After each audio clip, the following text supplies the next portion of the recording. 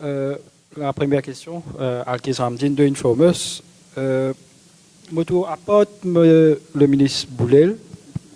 C'est tout pas une cause un sujet assez populaire, la pension de vieillesse.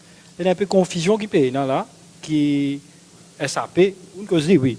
Mais un petit peu plus de détails si possible, parce qu'il y a une grosse confusion parmi les qui peut suivre.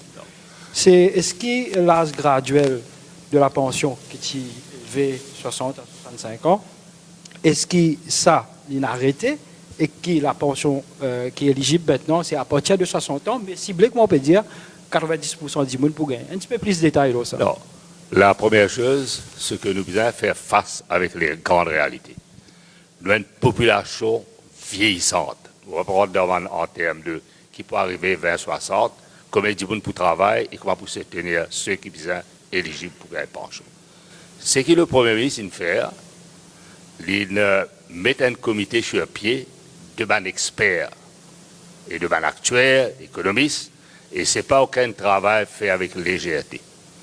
Il y a une recommandation qu'il faut faire, et nous finissons dire qui visait quand même, et on appelle le ciblage ou bien targeting. Et ça, le système tel quel, right, protège 80% de personnes qui travaillent et qui optent pour sa pension. Et à l'âge de 60 ans, on va le faire ressortir bien clairement, la majorité du monde, là, qui prend une titre pension, vous connaissez comment ça peut gagner 14 000 roupies. Alors la majorité pour gagner ce qu'on appelle, aujourd'hui c'est un basic retirement pension, on appelle quoi? State age pension. Right? State age pension. So, vous gagnez ça dans sa totalité. Bien sûr, les là, les pour taper down doucement.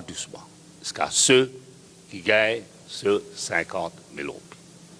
Et ça, c'est pour moi, c'est la grande justice sociale qu'il faut faire.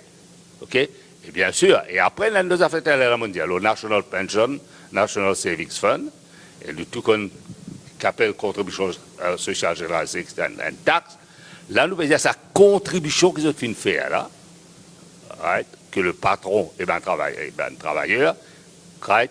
Quand je prends par chose, je prends un title à sa déduction qu'il a fait là-dedans.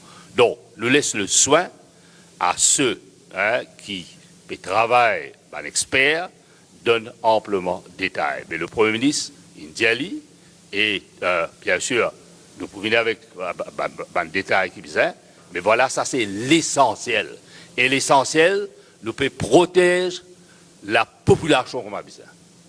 Et ceux qui sont les plus vulnérables de notre société. Monsieur le ministre, juste à cause de trouve là dans l'annexe, à la page 26, il dit ça, the pension reform of last year, that is, the gradual increase in the BRP eligibility age from 60 years to 65 years will be discontinued as from 31st December 2026.